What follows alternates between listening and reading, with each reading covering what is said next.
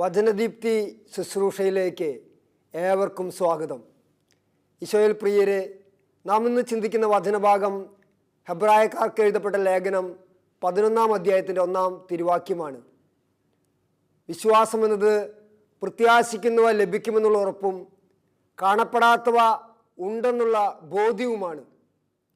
ബഹിരാകാശ യാത്ര കഴിഞ്ഞ് തിരിച്ചെത്തിയ ബുച്ച് വിൽമോറിനോട് പത്രമാധ്യമങ്ങൾ ചോദിച്ച ഒരു ചോദ്യം ഇതായിരുന്നു: 8 ദിവസം മാത്രം ആഗ്രഹിച്ചു പോയ യാത്ര 8 മാസം നീണ്ടപ്പോൾ അങ്ങേക്കുണ്ടായ അനുഭവം എന്തായിരുന്നു? അദ്ദേഹം പറഞ്ഞത് ഹെബ്രായക്കാർക്ക് എഴുതപ്പെട്ട ലേഖനം 11:3 ദൈവത്തിൻ്റെ വചനത്താൽ കാണപ്പെടാത്തവെല്ലാം സൃഷ്ടിക്കപ്പെട്ടു എന്നത് ഞാൻ അവിടെ അനുഭവിച്ചറിയുകയായിരുന്നു. സ്നേഹമുള്ളവരെ, വിശ്വാസം എന്നത് നമ്മുടെ ജീവിതത്തിൽ ദൈവം നമുക്ക് തരുന്ന ഒരു ഉറപ്പാണ്.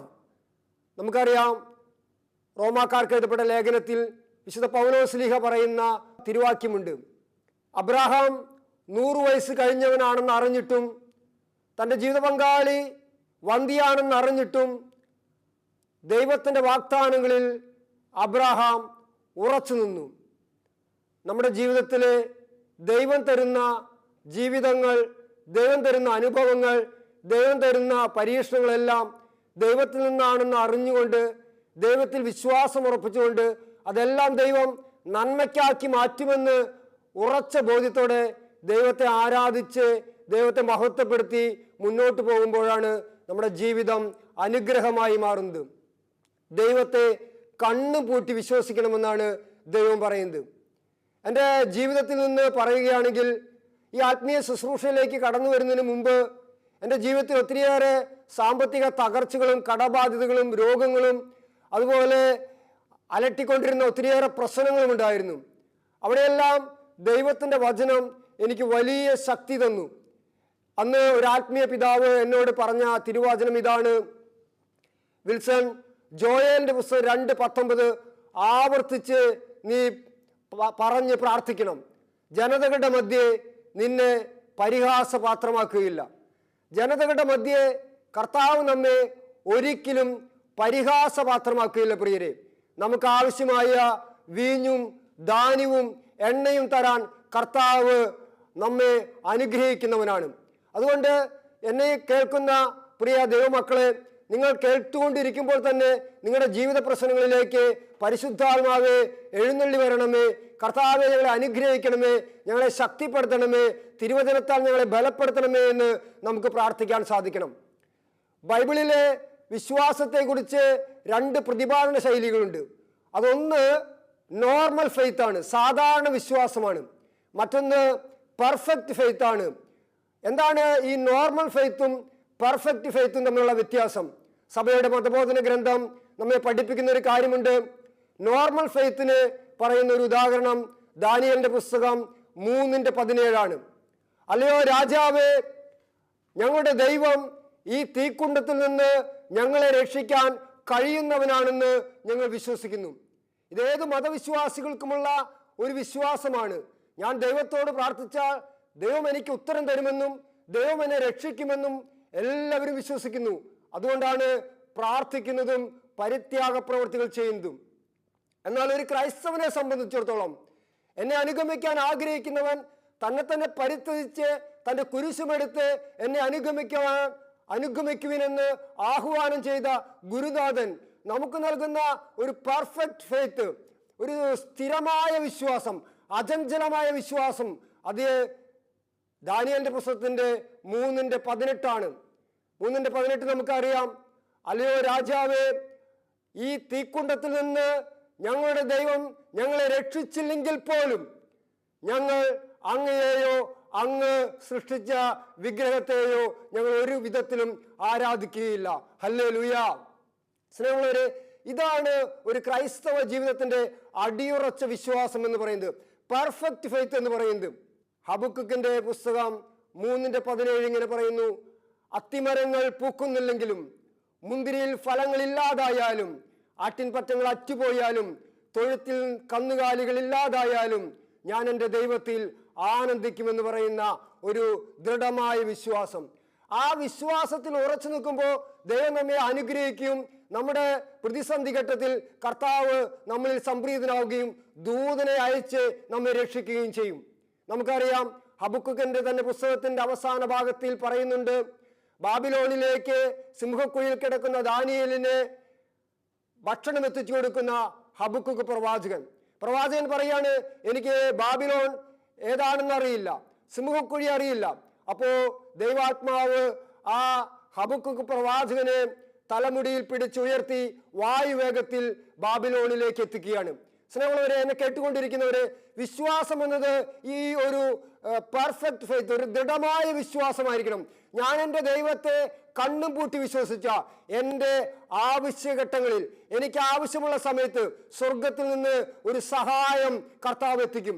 അതുകൊണ്ടാണ് 2 മക്കാബയുടെ പുസ്തകം 15-ാം അധ്യായത്തിന്റെ 7-ാം വാക്യത്തിൽ യൂദാസ് എന്ന് പറയുന്ന മക്കാബിയൂസിന്റെ 3 മക്കളിൽ ഒരുവൻ പറയുന്ന ഒരു തിരുവചന ഭാഗമുണ്ട്.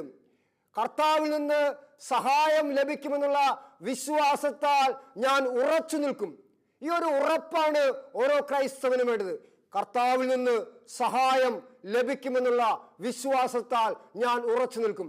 എന്നെ കേട്ടുകൊണ്ടിരിക്കുന്നവര് നെഞ്ചത്ത് കൈവച്ച് ഈ വചനം ഒന്ന് ഏറ്റു പറയാൻ കഴിയുമോ? 2 മക്കാബയർ 15:7. കർത്താവിൽ നിന്ന് സഹായം ലഭിക്കുമെന്നുള്ള വിശ്വാസത്താൽ ഞാൻ ഉറച്ചു നിൽക്കും. സ്നേഹമുള്ളവരെ, ഏതാനും ദിവസങ്ങൾക്ക് മുമ്പ് ഒരു ആരാധനയുടെ മധ്യേ ഈ വചനം ഒരു സഹോദരിക്ക് പറഞ്ഞു കൊടുത്തു. ആ സഹോദരി 1.5 കോടി രൂപയുടെ കടബാധ്യതയിൽ ആരാധനയ്ക്ക് ദിവികാരന്റെ സന്നിധിയിൽ വന്നതാ. ഞാൻ പറഞ്ഞു, സഹോദരി, കർത്താവിൽ നിന്ന് ഒരു സഹായം താങ്കൾക്ക് ലഭിക്കും. ഈ വചനം ആവർത്തിച്ച് പറയാൻ പറഞ്ഞു. സ്നേഹമുള്ളവരെ, ആ സഹോദരി കണ്ണും പൂട്ടി അത് വിശ്വസിച്ചു. ആവർത്തിച്ച് ഈ വചനം ഉരുവിട്ടുകൊണ്ട് ദിവികാരന്റെ സന്നിധിയിൽ ഇരുന്നു. പല ദിവസങ്ങളിലും ദിവികാരന്റെ സന്നിധിയിൽ ഇരുന്ന് പ്രാർത്ഥിക്കാനായിട്ട് ഞാൻ ആവശ്യപ്പെട്ടു. ആ സഹോദരിയുടെ വീടിനടുത്തുള്ള ഒരു നിത്യാരാധന ചാപ്പലിൽ പോയി ഈ വചനം പറഞ്ഞ് പ്രാർത്ഥിച്ചു. വീട് ജപ്തി, ഒത്തിരിയേറെ സാമ്പത്തിക ഞെരുക്കങ്ങള്, അനേകർക്ക് കടം കൊടുക്കാനുണ്ട്, നാട്ടിലൂടെ നടക്കാൻ പോലും പറ്റാത്തൊരവസ്ഥയിൽ കരഞ്ഞുകൊണ്ട് കർത്താവിൽ നിന്ന് സഹായം ലഭിക്കുമെന്നുള്ള വിശ്വാസത്തിൽ ഞാൻ ഉറച്ചു നിൽക്കുമെന്നുള്ള വചനം പറഞ്ഞ് പ്രാർത്ഥിച്ചപ്പോൾ സ്നേഹമുള്ളവരെ, 1.5 മാസം കഴിഞ്ഞപ്പോൾ ദൈവത്തിന്റെ ആത്മാവ് മറ്റൊരു ഈ സഹോദരിയുടെ ഹസ്ബൻഡിന്റെ കൂട്ടുകാരന്മാരിലൂടെ ഒരു പദ്ധതി പ്ലാൻ ചെയ്യുകയും 6 പേര് ചേർന്ന് അവരുടെ 1.5 കോടി കടബാധ്യത ഏറ്റെടുക്കുകയും ആ സ്ഥലം വാങ്ങുകയും ലോണും ജപ്തി നടപടികളെല്ലാം ഒഴിവാക്കി കൊടുത്തു. ഹല്ലേലൂയ. ശ്രീമാൻ, ഞാൻ പറഞ്ഞു വന്നത്, ഇതൊരു അനുഭവം പറഞ്ഞത്, എൻ്റെയും നിങ്ങളുടെയും ജീവിതത്തിൽ വചനത്തിന് ശക്തമായ ശക്തിയുണ്ട്. അത് ഒരു പെർഫെക്റ്റ് ഫെയ്ത്ത് ഉള്ളവനെ പറ്റുള്ളൂ. ഒരു നോർമൽ ഫെയ്ത്ത് രക്ഷിക്കുമെന്ന് പറഞ്ഞില്ല, എൻ്റെ വചനത്തിന് എന്നെ രക്ഷിക്കാൻ കഴിവുള്ളതാണെന്ന് നാം ഉറച്ചു വിശ്വസിക്കണം. മക്കാബയരുടെ പുസ്തകത്തിന്റെ ചരിത്രം നമുക്കറിയാം. BC 175 മത്താത്യാസ് എന്ന പുരോഹിതൻ തന്റെ 3 ആൺമക്കൾക്ക് കൊടുക്കുന്ന ഒരു ധൈര്യമുണ്ട്. മക്കളെ, പന്നിമാംസം കഴിക്കണമെന്ന് പറയുന്നുണ്ട് യവന രാജാവ്, വിഗ്രഹത്തെ ആരാധിക്കണമെന്ന് പറയുന്നുണ്ട് യവന രാജാവ്. ജനം ഭീതി പൂണ്ട് ഭയപ്പെട്ട് മരണത്തെ മുൻപിൽ കണ്ടുകൊണ്ട് അവർ പലരും ആ രാജാവിന്റെ കൽപ്പന അനുസരിക്കുന്നുണ്ട്. എൻ്റെ പൊന്നുമക്കളെ, നാം ഒരിക്കലും ആ തെറ്റിൽ വീണു പോകരുത്. നമ്മെ സൃഷ്ടിച്ചവനായ ദൈവത്തിൽ മാത്രം അടിയുറച്ചു നിന്നുകൊണ്ട് ദൈവത്തെ മാത്രമേ നാം ആരാധിക്കാൻ പാടുള്ളൂ, മറ്റൊന്നും നമ്മൾ ചെയ്യാൻ പാടില്ലെന്ന് പറഞ്ഞ് മത്താത്യാസ് എന്ന പുരോഹിതൻ തന്റെ 3 ആൺമക്കളായ ജോനാഥനും ശിമിയോനും യൂദാസിനും കൊടുക്കുന്ന ഒരു ആത്മധൈര്യമുണ്ട്. പ്രിയ മാതാപിതാക്കളെ, വിശ്വാസം എന്ന് പറയുന്നത് കൈമാറ്റം ചെയ്യപ്പെടുന്നതാണ്. കാറ്റക്കിസം ഓഫ് കാത്തലിക് ചർച്ച് മതബോധന ഗ്രന്ഥം ഇങ്ങനെയാണ് പറയുന്നത്: 1816 ക്രിസ്തുവിന്റെ ശിഷ്യൻ വിശ്വാസം സൂക്ഷിക്കുകയും അതനുസരിച്ച് ജീവിക്കുകയും ചെയ്താൽ മാത്രം പോരാ. ക്രിസ്തുവിന്റെ ശിഷ്യൻ വിശ്വാസം സൂക്ഷിക്കുകയും അതനുസരിച്ച് ജീവിക്കുകയും ചെയ്താൽ മാത്രം പോരാ എന്ന് പറയുന്നത് കത്തോലിക്ക സഭയുടെ മതബോധന ഗ്രന്ഥമാണ്. പിന്നെ എന്താണ് ചെയ്യേണ്ടത്? 3 കാര്യം കൂടെ ഒരു ക്രൈസ്തവൻ ചെയ്യണം. അതൊന്ന്, ആ വിശ്വാസം അവൻ ഏറ്റുപറയണം. ഹല്ലേലൂയ. നമ്മെ സൃഷ്ടിച്ച ദൈവത്തിന് നമ്മെ ഈ രക്ഷിക്കാൻ കഴിയുമെന്നുള്ള വിശ്വാസം ഏറ്റുപറയണം, അതരം കൊണ്ട് ഏറ്റുപറയണം. മക്കളുടെ മുമ്പിൽ അപ്പൻ വിശ്വാസം ഏറ്റുപറയുന്നത് മക്കൾ കാണാനിട വരണം. ഹല്ലേലൂയ. രണ്ടാമത്തെ എന്താണെന്ന് അറിയോ? ഉറച്ച ബോധ്യത്തോടെ വിശ്വാസ വാഹകരായി മാറണം. വിശ്വാസം കൈമാറ്റം ചെയ്യപ്പെടുന്നവരായി മാറണം. അനേകരുടെ സുവിശേഷം പറയുന്നവരായി മാറണം. മൂന്നാമത്തെ കാര്യം, അതിനുവേണ്ടി സാക്ഷ്യ ജീവിതം നയിക്കണം. നമ്മുടെ ജീവിതങ്ങളാണ് മറ്റുള്ളവർക്ക് വിശ്വാസം കൈമാറാൻ ഇടയുള്ള കാര്യം. അതുകൊണ്ടാണ് പലപ്പോഴും വിശുദ്ധാത്മാക്കൾ, പ്രത്യേകിച്ച് വിശുദ്ധ അഗസ്തീനോസ് പറയുന്ന ഒരു തിരുവാക്യം ഇതാണ്: മക്കൾ വായിക്കാൻ ഇടയുള്ള ഏക ജീവിതം അത് മാതാപിതാക്കളുടെ വിശ്വാസമാണ്. മറ്റുള്ളവർ വായിക്കാൻ ഇടയുള്ള ബൈബിൾ നമ്മുടെ ഓരോരുത്തരുടെയും ജീവിതങ്ങളാണ് പ്രിയരെ. നമ്മുടെ ജീവിത സാക്ഷ്യം കൊണ്ടായിരിക്കണം വിശ്വാസം കൈമാറ്റം ചെയ്യപ്പെടേണ്ടതും പ്രചരിപ്പിക്കപ്പെടേണ്ടതും. അതുകൊണ്ട് ഞാൻ വിശ്വാസം സൂക്ഷിക്കുന്നവനാണ്, ഞാൻ ക്രൈസ്തവനായി ജനിച്ചവനാണ്, ഞാൻ വിശുദ്ധ കുർബാനയിലും ജപമാലയിലും പങ്കെടുക്കുന്നവനാണ്, അങ്ങനെ പറഞ്ഞ് നമ്മുടെ ഉത്തരവാദിത്തത്തിൽ നിന്ന് നമ്മൾ ഒളിച്ചോടരുത്. മറിച്ച് മറ്റു 3 കാര്യങ്ങളൂടെ ചെയ്യണമെന്ന് മതബോധന ഗ്രന്ഥം നമ്മെ പഠിപ്പിക്കുകയാണ്. അതൊന്ന് ഏറ്റുപറയുക, മറ്റൊന്ന് അതിൻ്റെ വാഹകരായി മാറുക, മറ്റൊന്ന് അതിന് സാക്ഷ്യം വഹിക്കുക. ഞാൻ ഇത്രയും സമയം പറഞ്ഞത് വിശ്വാസത്തെ കുറിച്ചാണ്. വിശ്വാസം എന്നത് പറയുന്നത് കാണപ്പെടാത്തവ ഉണ്ടെന്നുള്ള ബോധ്യമാണ്.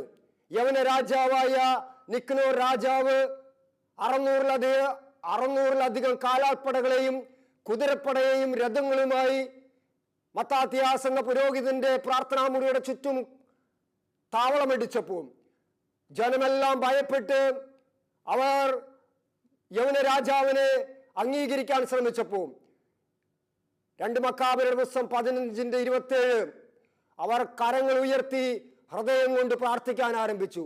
അവർ കരങ്ങൾ ഉയർത്തി ഹൃദയം കൊണ്ട് പ്രാർത്ഥിക്കാൻ തീരുമാനിച്ചു. സ്നേഹമുള്ളവരെ, നമ്മുടെ ബലഹീനതയിൽ നമ്മെ സഹായിക്കുന്ന ഒരു ദൈവം നമുക്കുണ്ട്. റോമ 8:26 എൻ്റെ ബലഹീനതയിൽ ആത്മാവെന്നെ സഹായിക്കും. വിശ്വാസമുള്ളവന് അവന് സമ്പത്തുണ്ടാകണമെന്നില്ല, അവന് സ്വാധീനമുണ്ടാകണമെന്നില്ല, അവന് മറ്റുള്ളവരുടെ മുമ്പിൽ വലിയവനാകണമെന്നില്ല. അവൻ ദൈവത്തിൽ അടിയുറച്ച് വിശ്വസിക്കുന്നവനാണെങ്കിൽ, അവൻ ബലഹീനനാണെങ്കിലും കുറവുള്ളവനാണെങ്കിലും അവന്റെ ബലഹീനതയിൽ അവനെ സഹായിക്കാൻ സ്വർഗത്തിൽ നിന്ന് ആത്മാവ് ഇറങ്ങി വരും. ആത്മാവ് അവനെ സഹായിക്കും. അതുകൊണ്ടാണ് റോമ 8:26 എൻ്റെ ബലഹീനതയിൽ ആത്മാവ് എന്നെ സഹായിക്കും. ഒരു അനുഭവം പെട്ടെന്ന് ഓർമ്മ വരികയാണ്. എൻ്റെ കൂടെ പ്രാർത്ഥനാ കൂട്ടായ്മയിലുള്ള ഒരു ഔസേപ്പ് ചേട്ടൻ, അദ്ദേഹത്തിന് ഒരു ജോലി സംബന്ധമായ കാര്യത്തിന് ഗവൺമെന്റിലേക്ക് ഒരു അപ്ലിക്കേഷൻ കൊടുക്കുകയാണ്. അപ്ലിക്കേഷൻ കൊണ്ട് ഓഫീസിൽ ചെന്നപ്പോഴാണ് അറിയുന്നത് ഡേറ്റ് കഴിഞ്ഞിരിക്കുന്നു. 25-ാം തീയതി എത്തേണ്ട അപ്ലിക്കേഷൻ ഇദ്ദേഹം ചെന്ന് 26-ാം തീയതിയാണ്. അദ്ദേഹം ഓഫീസിൽ ചെന്ന് പറഞ്ഞപ്പോൾ പറഞ്ഞു ഇതിൻ്റെ സമയം കഴിഞ്ഞിരിക്കുന്നു. അദ്ദേഹം ഒത്തിരിയേറെ ഭാരപ്പെട്ട് എന്നെ വിളിച്ചപ്പോൾ ഞാൻ അദ്ദേഹത്തോട് പറഞ്ഞു, എൻ്റെ ബലഹീനതയിൽ ആത്മാവ് എന്നെ സഹായിക്കുമെന്നുള്ള ആ വചനം പറഞ്ഞ് പ്രാർത്ഥിച്ച് വിശ്വാസത്തോടെ ഒരാവർത്തിയും കൂടെ ചോദിച്ചു നോക്കൂ, 1-2 ആവർത്തി ചോദിച്ചു നോക്ക്, മുതിർന്ന ഓഫീസേഴ്സിനെ കണ്ടു നോക്ക്, ഈ വചനം നിങ്ങളെ സഹായിക്കുമെന്ന് പറഞ്ഞു. ശ്രീമുള്ളവരെ, ഔസേപ്പ് ചേട്ടൻ തൻ്റെ വിശ്വാസത്തിൽ ഉറച്ചു നിന്നുകൊണ്ട് ഈ എൻ്റെ ബലഹീനതയിൽ ആത്മാവിനെ സഹായിക്കുമെന്നുള്ള റോമ 8:26 വചനം ആവർത്തിച്ച് പറഞ്ഞ് വീണ്ടും ഓഫീസിൽ കയറി ചെന്നു. സ്നേഹമുള്ളവരെ, നമ്മുടെ ദൈവം വലിയ ദൈവമാണ്. അതുകൊണ്ടാണ് സങ്കീർത്തനം 18 കർത്താവിന്റെ വാത്സല്യം എന്നെ വലിയവനാക്കി എന്ന് പറയുന്നത്. അവിടെ ചെന്നപ്പോ ഈ 2-3 ആവർത്തി ഓഫീസിൽ കയറി ചെല്ലുന്ന ഈ ഔസേപ്പേട്ടനെ കണ്ട് ഒരു ഓഫീസർ ചോദിക്കുകയാണ്, 2-3 ആവർത്തിയാണല്ലോ കയറി ഇറങ്ങുന്നു, എന്താണ് കാര്യം? അദ്ദേഹം തന്റെ കാര്യം ബോധിപ്പിച്ചു. അപ്പോൾ പറയാണ്, സമയം കഴിഞ്ഞു, എങ്കിലും ഞങ്ങൾ ട്രൈ ചെയ്യാം. 2-3 ദിവസം കഴിഞ്ഞപ്പോൾ ഈ ഔസേപ്പേട്ടന് ഒരു ഫോൺ വന്നു, താങ്കൾ തന്നിരിക്കുന്ന അപേക്ഷയിൽ അത് ഞങ്ങൾ ഉത്തരവ് പുറപ്പെടുവിച്ചിരിക്കുന്നു, താങ്കൾക്ക് അതിൻ്റെ അനുവാദം കിട്ടിയിരിക്കുന്നു. ഹല്ലേലൂയ.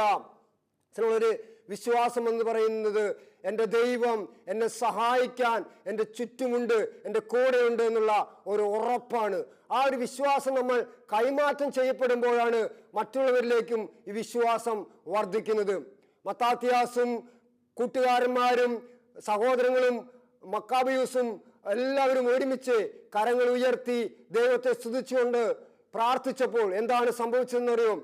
ഈ വന്ന യവന രാജാക്കന്മാരിൽ രാജാവും പടയാളികളും പരസ്പരം യുദ്ധം ചെയ്ത് അവസാനം ചക്രവർത്തി പോലും മരിച്ചു പോകുന്ന യവന രാജാവായ നിക്നോർ രാജാവ് മരിച്ചു കിടക്കുന്നതാണ് കാണുന്നത്.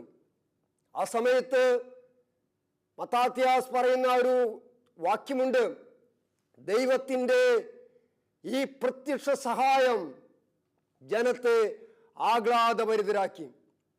എന്നെ കേട്ടുകൊണ്ടിരിക്കുന്ന പ്രിയ ദൈവജനമേ, ദൈവത്തിൻ്റെ ഒരു പ്രത്യക്ഷ സഹായം ഈ ശുശ്രൂഷയിൽ നിങ്ങൾ ആഗ്രഹിക്കണം.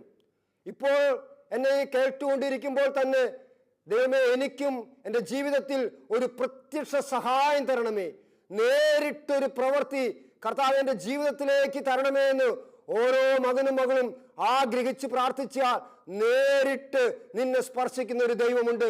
ഹല്ലേലൂയ. നിന്നെ തൊടുന്ന ഒരു ദൈവമുണ്ട്. ഹല്ലേലൂയ. നിന്റെ വേദനകളെ കരം ചേർത്ത് പിടിക്കുന്ന ഒരു ദൈവമുണ്ട്. അതുകൊണ്ടാണ് ക്ലേശകാലത്ത് ഞാൻ കൂടാരത്തിൽ നിന്നെ ഒളിപ്പിച്ചു നിർത്തുമെന്ന് സങ്കീർത്തനം 27:5 പറയുന്നത്. അല്പകാലം കഴിഞ്ഞ, just after A short span of time, I will lift U, ഞാൻ നിന്നെ ഉയർന്ന പാറമേൽ നിർത്തും. ഈ കഷ്ടകാലത്ത്, ഈ കടബാധിതയിൽ, ഈ ഞെരുക്കത്തിൽ, ഈ രോഗാവസ്ഥയിൽ നിന്നെ തരം താഴ്ത്തിക്കളയാനോ, നിന്നെ അറിയില്ലെന്ന് പറയാനോ, നിന്നെ അവഗണിക്കുന്ന ഒരു ദൈവമല്ല നമ്മുടെ ദൈവം. വിശ്വാസമുള്ളവന് ദൈവം കൊടുക്കുന്ന ഒരു ഉറപ്പുണ്ട്. ആ ഉറപ്പ് എന്ന് പറയുന്നത് ഹെബ്രായ 13:5 ഞാൻ നിന്നെ ഒരു വിധത്തിലും അവഗണിക്കുകയോ ഉപേക്ഷിക്കുകയില്ല. I will never leave you, I will never forsake you. ഞാൻ നിന്നെ ഒരു വിധത്തിലും, എൻ്റെ പ്രിയ മകനെ മകളെ, ഈ വചന ശുശ്രൂഷയിലായിരിക്കുമ്പോൾ ഹൃദയം കൊണ്ട് നീ പ്രാർത്ഥിക്കണം, എൻ്റെ ദൈവം എന്നെ ഒരു വിധത്തിലും അവഗണിക്കുകയോ ഉപേക്ഷിക്കുകയോ ഇല്ല. എൻ്റെ ദൈവം സർവശക്തനാണ്. അതുകൊണ്ടാണ് സങ്കീർത്തനം 57:2 നമ്മൾ എല്ലാവരും പ്രാർത്ഥിക്കുന്ന പ്രാർത്ഥനയാണ്, അത്യുന്നതനായ ദൈവത്തെ ഞാൻ വിളിച്ചപേക്ഷിക്കുന്നു, എനിക്ക് വേണ്ടി എല്ലാം ചെയ്തു തരുന്ന ഒരു ദൈവത്തെ തന്നെ, നമുക്ക് വേണ്ടി എല്ലാം ചെയ്തു തരുന്ന, നമ്മെ അനുഗ്രഹിക്കുന്ന ഒരു ദൈവത്തെ അനുദിനം വിളിച്ചപേക്ഷിക്കുന്നവൻ ഒരു വിധത്തിലും അവഗണിക്കപ്പെടാനോ ഉപേക്ഷിക്കപ്പെടാനോ ദൈവം ആഗ്രഹിക്കില്ല. മറിച്ച് ക്ലേശകാലം ഉണ്ടാകുമ്പോൾ, സഹനങ്ങൾ ഉണ്ടാകുമ്പോൾ കർത്താവ് അവനെ തൻ്റെ മാറിലേക്ക് ചേർത്ത് നിർത്തും. അല്പകാലം കഴിഞ്ഞ, കുറച്ചു നാൾ കഴിഞ്ഞാൽ, just after A short span of time, he will lift U, അവൻ നിന്നെ ഉയർത്തും പ്രിയരെ. Hallelujah, hallelujah. ഞാൻ ബഹിരാകാശ യാത്രികനായ ബുച്ച് വിൽമോറിനെ കുറിച്ച് നിങ്ങളോട് പറഞ്ഞുകൊണ്ടാണ് ശുശ്രൂഷ ആരംഭിച്ചത്.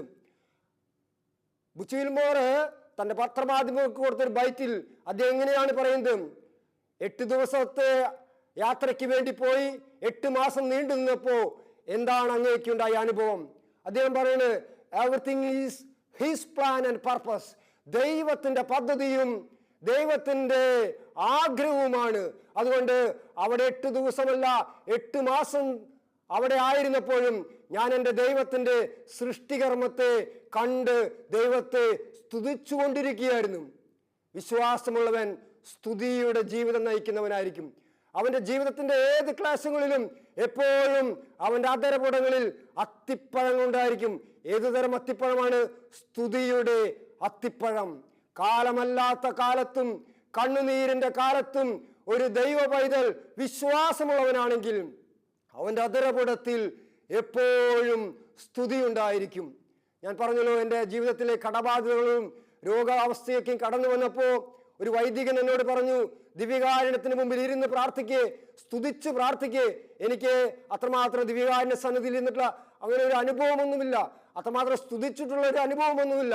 വേദപാഠം പഠിപ്പിക്കുന്നു, അല്ലെങ്കിൽ അല്പസമയം ബൈബിൾ വായിക്കുന്നതിൽ വിട്ട് മറ്റൊന്നും ഞാൻ ചെയ്യാറില്ല. പക്ഷെ വൈദികൻ എന്നോട് പറഞ്ഞു, വെറുതെ സ്തുതിക്കുക, ഹാലേലിയ ഹാലേലിയ എന്ന് പറയുക, അറിയുന്ന വചനങ്ങൾ ഏറ്റേറ്റ് പറയുക. ഇങ്ങനെ പറഞ്ഞ് പറഞ്ഞ് പ്രാർത്ഥിക്കാൻ തുടങ്ങി പ്രിയരെ.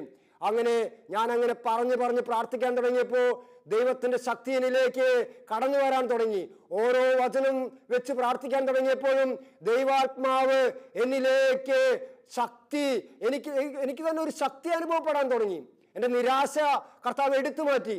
അതുവരെ ഞാൻ വളരെ നിരാശനായിരുന്നു, വളരെ മ്ലാനമായി ദുഃഖിതനായി നടക്കുന്ന ഒരു മകനായിരുന്നു. പക്ഷേ ദിവ്യകാരുണ്യ സന്നിധിയിൽ ഇങ്ങനെ ഇരുന്ന് പ്രാർത്ഥിക്കാൻ തുടങ്ങിയപ്പോൾ ദൈവാത്മാവ് ഒരു ശക്തി തന്നു. എല്ലാത്തിനെയും ഫേസ് ചെയ്യാനുള്ള ഒരു ആർജവം തന്നു, നേരിടാനുള്ള ഒരു ശക്തി തന്നു. പരിശുദ്ധാത്മാവ് എന്നിലേക്ക് കടന്നു വന്നപ്പോൾ ദൈവത്തിന്റെ ആത്മാവ് എന്നിൽ പ്രവർത്തിക്കാൻ തുടങ്ങി. കടബാധ്യത പൂർണ്ണമായി മാറിയിട്ടില്ല, രോഗാവസ്ഥ മാറിയിട്ടില്ല, പക്ഷെ എനിക്ക് എന്തോ ഒരു ശക്തി ലഭിക്കുന്നത് പോലെ എല്ലാറ്റിനെയും നേരിടാനുള്ള ഒരു ശക്തി ദൈവം എനിക്ക് തന്നു. അങ്ങനെ വീണ്ടും ഞാൻ ജോലി ചെയ്യാനും മറ്റു കാര്യങ്ങളിലേക്കൊക്കെ ധീരതയോടെ ഇറങ്ങാൻ ശ്രമിച്ചപ്പോൾ സ്വർഗത്തിലെ ദൈവം എന്നെ സഹായിച്ചു. അതുകൊണ്ട് എൻ്റെ പ്രിയ സഹോദരങ്ങളെ, നമ്മുടെ വേദനയിലും കഷ്ടപ്പാടിലും ദൈവത്തെ സ്തുതിക്കുന്നവനായിരിക്കണം ഒരു വിശ്വാസി, ഉറച്ച വിശ്വാസമുള്ളവൻ, ഒരു പെർഫെക്റ്റ് ഫെയ്ത്ത് ഉള്ളവൻ. ഒരു വീട്ടിലൊരു കാര്യം വരുമ്പോഴേക്കും, അല്ലെങ്കിൽ മക്കൾക്കൊരു കാര്യം ഉണ്ടാകുമ്പോൾ പെട്ടെന്ന് നമ്മൾ നിരാശപ്പെട്ടു പോകരുത്. ഇന്ന് പലരെയും ബാധിച്ചിരിക്കുന്നത് വലിയ നിരാശയാണ്. കാരണം എന്തെന്നറിയോ? ഉറച്ച വിശ്വാസമില്ല. നേരത്തെ പറഞ്ഞ വചനം ഒരിക്കൽ കൂടെ ഓർമ്മയിൽ വരികയാണ്. അത്തിമരങ്ങൾ പൂക്കുന്നില്ലെങ്കിലും, മുന്തിരിയിൽ ഫലങ്ങളില്ലാതായാലും, ആട്ടിൻപറ്റങ്ങൾ അറ്റുപോയാലും, തൊഴുത്തിൽ നിന്ന് കന്നുകാലികൾ ഇല്ലാതായാലും, ഞാൻ എൻ്റെ ദൈവത്തിൽ വിശ്വസിച്ച് ആനന്ദിച്ച് തുള്ളിച്ചാടുമെന്ന് ഒരു ദൈവ പൈതൽ തീരുമാനിച്ച അവന് വേണ്ടി സ്വർഗത്തിലെ ദൈവം സഹായമയക്കും. സങ്കീർത്തനം 57:3 സ്വർഗത്തിൽ നിന്ന് സഹായമയച്ച് കർത്താവ് നിന്നെ രക്ഷിക്കും. ശ്രമമുള്ളവരെ, ഈ വചന ശുശ്രൂഷയിൽ ദൈവവചനം പങ്കുവെക്കുമ്പോൾ എൻ്റെ അനുഭവത്തിലൂടെ ഞാൻ കടന്നുപോയത്, ഇന്ന് ഈ ആലയത്തിൽ വന്ന് ഈ വചനദീപ്തിയിൽ ഈ വചനം പങ്കുവെക്കുമ്പോൾ എൻ്റെ കടബാധ്യതകളെല്ലാം കർത്താവ് എടുത്തു മാറ്റി. എൻ്റെ ജീവിത പങ്കാളിയുടെ കിഡ്നി രോഗം യേശു എടുത്തു മാറ്റി, പൂർണ്ണ സൗഖ്യം തന്നു.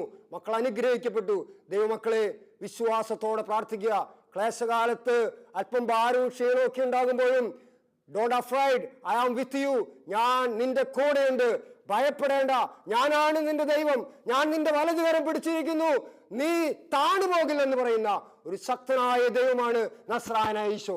ആ ദൈവത്തിലാണ് നാം അടിയുറച്ച് വിശ്വസിക്കുന്നത്. ആ വിശ്വാസത്തിൽ ഉറച്ചു നിന്നുകൊണ്ട് ധീരതയോടെ കർത്താവിൻ്റെ വചനം വഹിക്കുന്നവരും സാക്ഷ്യം നൽകുന്നവരും പ്രചരിപ്പിക്കുന്നവരുമായി മാറാൻ ദൈവം നമ്മെല്ലാവരെയും അനുഗ്രഹിക്കട്ടെ. ഈ വചനം കേട്ട നിങ്ങളെല്ലാവരെയും സർവശക്തനായ ദൈവം സമൃദ്ധമായി അനുഗ്രഹിക്കട്ടെ എന്ന് പ്രാർത്ഥിക്കാം. ഒരു നിമിഷം നമുക്ക് കരങ്ങൾ കൂപ്പിപ്പിടിച്ച് കേട്ട വചനത്തെ ഒന്ന് ധ്യാനിക്കാം. എൻ്റെ ദൈവം എന്നെ ഒരു വിധത്തിലും അവഗണിക്കുകയോ ഉപേക്ഷിക്കുകയോ ഇല്ല. ജനതകളുടെ മധ്യേ എൻ്റെ കർത്താവ് എന്നെ പരിഹാസപാത്രമാക്കുകയില്ല. എൻ്റെ ദൈവം എന്നെ അല്പകാലം കഴിഞ്ഞാൽ ഉയർന്ന പാറമേൽ നിർത്തും. ഞാൻ എൻ്റെ ദൈവത്തിൽ ഉറച്ചു നിൽക്കും. ദൈവത്തിൻ്റെ വചനത്തിൽ ഞാൻ ഉറച്ചു നിൽക്കും. എന്തെല്ലാം വന്നാലും ദൈവത്തിൽ നിന്ന് അണുവിടെ ചലിക്കാതെ ദൈവത്തിൽ അടിയുറച്ചു നിന്നുകൊണ്ട്, വിശ്വാസത്തിൽ അടിയുറച്ചു നിന്നുകൊണ്ട്, വിശുദ്ധ കുർബാനയെ, വിശുദ്ധ ജപമാലയിലും മറ്റു ഭക്തകൃത്യങ്ങളിലെ വചനവായനയിൽ അടിയുറച്ച് നിലനിന്നുകൊണ്ട് ഞാൻ എൻ്റെ വിശ്വാസം മുറുകെ പിടിക്കുമെന്ന് ഓരോ ദൈവവൈദ്യനും തീരുമാനിച്ചു കഴിഞ്ഞാൽ ദൈവം തന്നെ നിന്നെ നയിക്കുകയും നിന്നെ വഴി നടത്തുകയും ചെയ്യും. ദൈവം നിങ്ങളെല്ലാവരെയും സമൃദ്ധമായി അനുഗ്രഹിക്കട്ടെ എന്ന പ്രാർത്ഥനയോടെ നിർത്തുന്നു. Hallelujah, hallelujah, hallelujah.